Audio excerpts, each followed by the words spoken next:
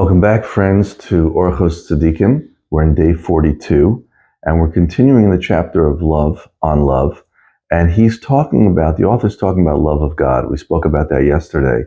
And he's continuing on this deepest, highest level of love that exists in this world, which is the greatest pleasure that exists in this world. And he's laying it out for us. Love of God, what is it? And he continues. And he says, what is this requisite love? Meaning, it's an obligatory love. We said yesterday, it says in Shema, right? You shall love the Lord your God with all your heart and all your soul. So it's not a suggestion, it's actually a commandment. It's actually one of the 6 constant commandments. There are 6 mitzvahs, sheish mitzvahs tmidios in the Torah. There are 6 constant commandments in the Torah, and one of them is to love God, meaning at all times, wherever you are, whatever time of day, we're supposed to be focused on love of God. And now he says, what is this love?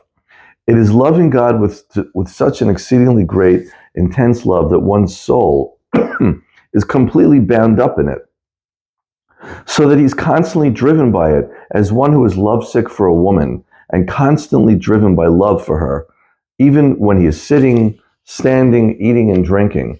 Now, you've all seen these, love soap operas or novels, or read these, sordid books of men who are just lovesick. Well, just take that lovesickness and apply it to one's creator, the Almighty, and that becomes a healthy love, the highest form of love. Even more than this, will his love of Hashem fill the heart of someone who loves God, and he will be consumed by it constantly, as we've been commanded, with all your heart and with all your soul, meaning it's always on your mind. As Willie Nelson once said, you are always on my mind, right? The Almighty is always on our mind, right? This is what Shlomo Melech said in his analogy in the Song of Songs, which is a love song. And the rabbi said that is the highest, that book is Kodesh Kodashim, the highest, holy of holies of all the books of Tanakh, Torah, Nevi'im, and Kesuvim. The Torah, the prophets and the writings, the Shir Shirim, the Song of Songs, which is a love song on one level between a man and his wife, and another level between mankind and God. He says, for I am sick with love, right? He says, Ki cholos ahava ani, I'm sick with love. And the entire Song of Songs is an analogy to love of God. So, my exercise for you today is to think of 5 things that you have in life, 5 gifts that you have, 5 different gifts that you have in life, and to recognize that the Almighty gave them to you, right?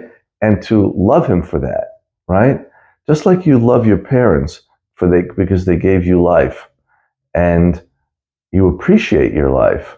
And in fact, honoring your parents is comparable to honoring the Almighty.